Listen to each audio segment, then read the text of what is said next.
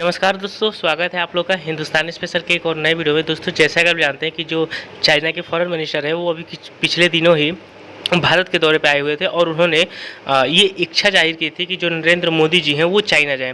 दोस्तों, आपको पता होगा कि जिस तरीके से गलवान घाटी में जो कुछ भी इंडिया और पाकिस्तान के बीच इंडिया और चाइना के बीच में जो कुछ भी हुआ, उसके बाद से दोनों देशों के बीच में जो संबंध थे उसमें कहीं ना कहीं थोड़ी बहुत करवाहट देखने को मिली थी, क्योंकि जिस प्रकार से चाइना ने भारत के पीठ पे खंजर घोंपने की कोशिश की, उसको देखते हुए भारत ने जो चाइनीज़ प्रोडक्ट है उसको छोड़ने के लिए कहा, जिसके वजह से चाइना भी बहुत ज़्यादा नाराज़ हुआ, क्योंकि उसको इकनॉमिक बहुत ज़्यादा उसके पैसे की बहुत ज़्यादा दिक्कत हुई। और इसीलिए जो अभी फॉरेन मिनिस्टर इंडिया आए हुए थे उन्होंने ये कहा कि जो सार्क की मीटिंग है उसमें वो चाहते हैं कि जो नरेंद्र मोदी जी हैं वो चाइना जाएं।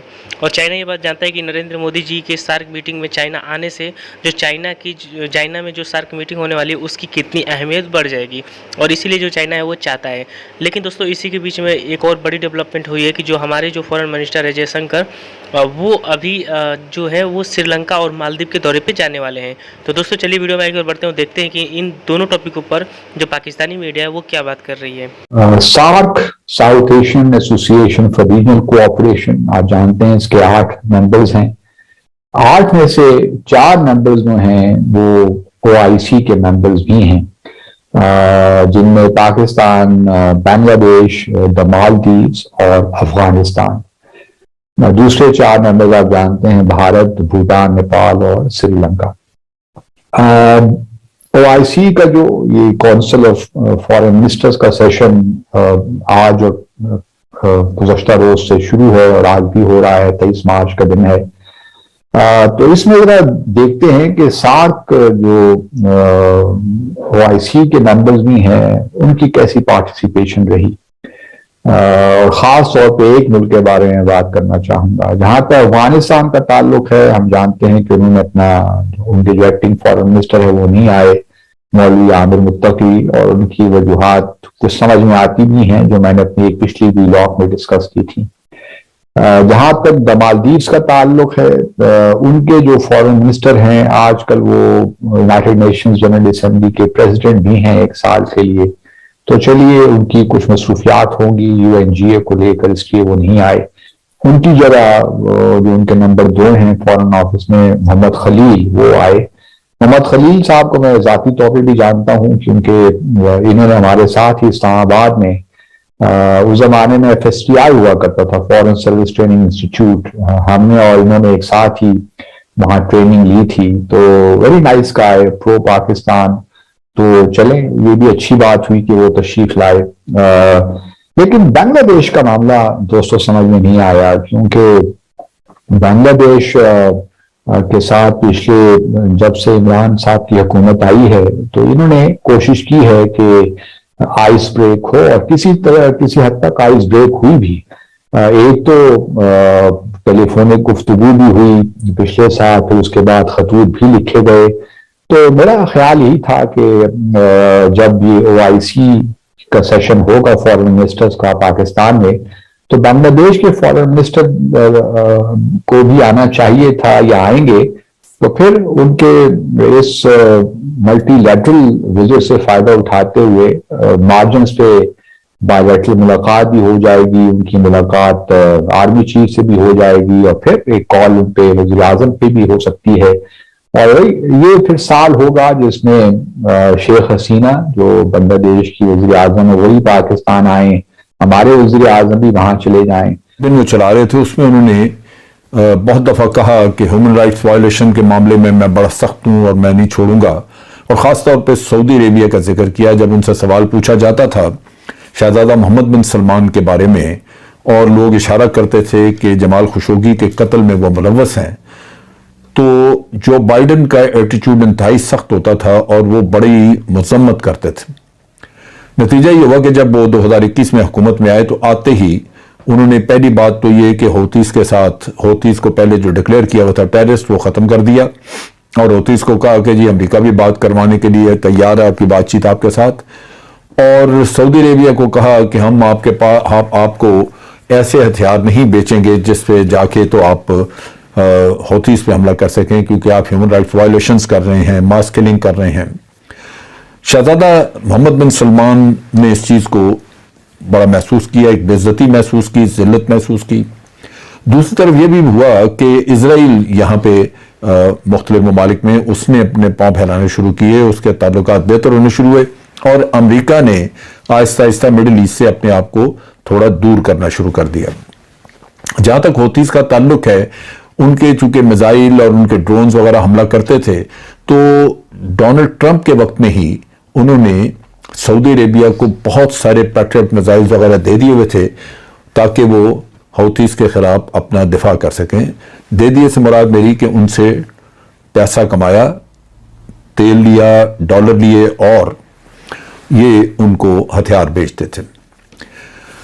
अब सूरत हाल ये है कि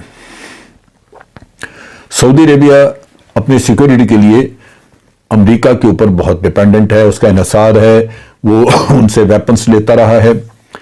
लेकिन दूसरी तरफ ये है कि अमेरिका सऊदी अरेबिया को अब तकरीबन तनहा छोड़ रहा है। एक तरफ हौतीस हमले कर रहे हैं, दूसरी तरफ सऊदीज ईरान के हमलों से भी डरते हैं कि ईरान कल को उनके लिए मसाइल ना पैदा करे और अमेरिका का फोकस बदल गया है। एक फीलिंग है जो जैसे पाकिस्तान में भी हमें होती है कि जब अमेरिकियों को जरूरत पड़ती है तो वो आपको बिल्कुल सर पे बिठा लेंगे, लेकिन जैसे ही उनकी जरूरत खत्म हो तो फिर वो परवाह नहीं करते और फिर बड़े बेशर्मों की तरह दोबारा अगर उनको जरूरत पड़ जाए अपने मुफादात के लिए फिर आपके पास आ जाएंगे। मूव और ऑन सरप्राइज नोट पाकिस्तान ने बेसिकली भारत को ये कहा है कि हम आपको वर्चुअली बुलाना चाहते हैं सार्क कॉन्फ्रेंस के हवाले से। बहुत सारे लोगों को, दोस्तों को जिनको नहीं पता, सार्क का obviously this is south Asian Association for Regional cooperation. और माजी में जब मैं यूनिवर्सिटी का स्टूडेंट हुआ करता था तो वो कभी भी हों, लेकिन ये है कि उस वक्त हम बहुत ज्यादा लिटरेचर पढ़ा करते थे जब रीजनल ऑर्गेनाइजेशंस के हवाले से हमारा एक यूनिवर्सिटी में इंटरनेशनल रिलेशंस में हम एक कोर्स पढ़ा करते थे रीजनल ऑर्गेनाइजेशन। तो सार्क को बड़े मदोशत से पढ़ाया जाता था, बड़ा अच्छा अदारा है, बड़ा रीजनल कोऑपरेशन, एक इंटर गवर्नमेंटल ऑर्गेनाइजेशन है और बड़ी इंपॉर्टेंट है, जिसमें अफगानिस्तान, बांग्लादेश, भूटान, इंडिया, मालदीव्स, नेपाल, पाकिस्तान और श्रीलंका इसमें शामिल है। और सार्क जो है that makes basically 21% of the world's population and about जिसे आप कह लो कि 3% of world's area जो है वो सार्क में आता है। और अच्छी बड़ी इकोनॉमी भी कुछ समवेयर अराउंड 4.2% और 3% जो है वो ग्लोबल इकोनॉमी भी यहाँ पे है एज ऑफ 2019। और दूसरा ये है कि इस सार्क में ये था कि एक अच्छा था कि ये छोटे ममालिक यानी कि ढाका में बनी, काठमांडू में इसका सेक्रेटेरिएट है और रीजनल इंटीग्रेशन की बात करती है। तो ये एक बड़ी इंपॉर्टेंट चीज थी और इंटरनेशनली भी इसको बड़ा अच्छा रिकग्नाइज किया जाता था। ये उस वक्त कोल्ड वॉर के जमाने में, हालांकि उस वक्त तो कोल्ड वॉर खत्म हो चुकी थी, लेकिन अमेरिकन बड़े सियाने थे, वो चाहते थे कि जितने भी डेमोक्रेटिक कंट्रीज हैं वो छोटी छोटी अपनी बनाए, रीजनल ऑर्गेनाइजेशंस बनाएं और उसमें सब डेमोक्रेटिक कंट्रीज आए। लेकिन क्वेश्चन जो अभी जारी बात है, जो इंपॉर्टेंट क्वेश्चन है वो मेरे लिए इंपॉर्टेंट है कि शाह महमूद कुरैशी साहब जो हैं वो क्यों बुलाना चाहते हैं इंडिया को। खुद तो इंडिया चाहते नहीं है लेकिन उनको बुलाना चाहते हैं। सुनिएगा और फिर इस पर बात करते हैं। सार्क के बारे में मैं इतना कहना काफी समझता हूं कि ये एक इम्पोर्टेंट फोरम है। इस फोरम की अहमियत से पाकिस्तान पूरी तरह वाकिफ है। बदकिस्मती से हिंदुस्तान ने इस फोरम को अपनी जिद की वजह से उन्होंने इस फोरम को डिसफंक्शनल करके रख दिया है। वो इस्लामाबाद आने को तैयार नहीं है, हिचकिचाहट है उनको। और पाकिस्तान बार बार कह रहा है, और अभी सेक्रेटरी जनरल अभी सार्क के होके गए हैं इस्लामाबाद और मुझसे मुलाकात हुई और मैंने उनको कहा कि देखिए, हमारी नजर में सार्क एक इंपॉर्टेंट फोरम है रीजनल कोऑपरेशन के लिए, रीजनल इकोनॉमिक एक्टिविटी के लिए, रीजनल ट्रेड के लिए। और हिंदुस्तान की हट धर्मी की वजह से ये फोरम सफर कर रहा है। अगर हिंदुस्तान नहीं आना चाहता तो अब तो नए जराए आ गए, हम दावत देते। मैं रीइटरेट करता हूं invitation to all SAARC members, and Pakistan is willing to host the 19th SAARC summit in Islamabad. अगर हिंदुस्तान नहीं आना चाहता तो वो वर्चुअली शामिल हो जाए। अगर उनको यहां फिजिकली आने में दिक्कत है तो वर्चुअली शामिल हो जाए, लेकिन बाकियों को तो ना रोके, बाकियों को तो आने दे और इस फोरम को बेमानी और बेवकत न करे। देखिए, एक चीज तो इसमें यह है कि शाह महमूद कुरैशी साहब जो हैं उन्होंने इस चीज को माना है कि इस फोरम को अब ये समझ लें कि इस फोरम को उन्होंने कहा है कि इंडिया ने कंट्रोल कर रहा है। सार्क बेसिकली इंडिया के कंट्रोल में एक फोरम है, ये हमारे कंट्रोल में नहीं है। This is what has accepted. मिसाल के तौर पे वो कह रहे हैं कि इंडिया ने सबको रोका हुआ है, हमने तो नहीं रोका हुआ, इंडिया ने रोका हुआ है। इट मींस कि सार्क के ऊपर हमारा कोई कंट्रोल नहीं है। जो पाकिस्तान की जो रीजनल फॉरेन पॉलिसी है, जो पाकिस्तान की जो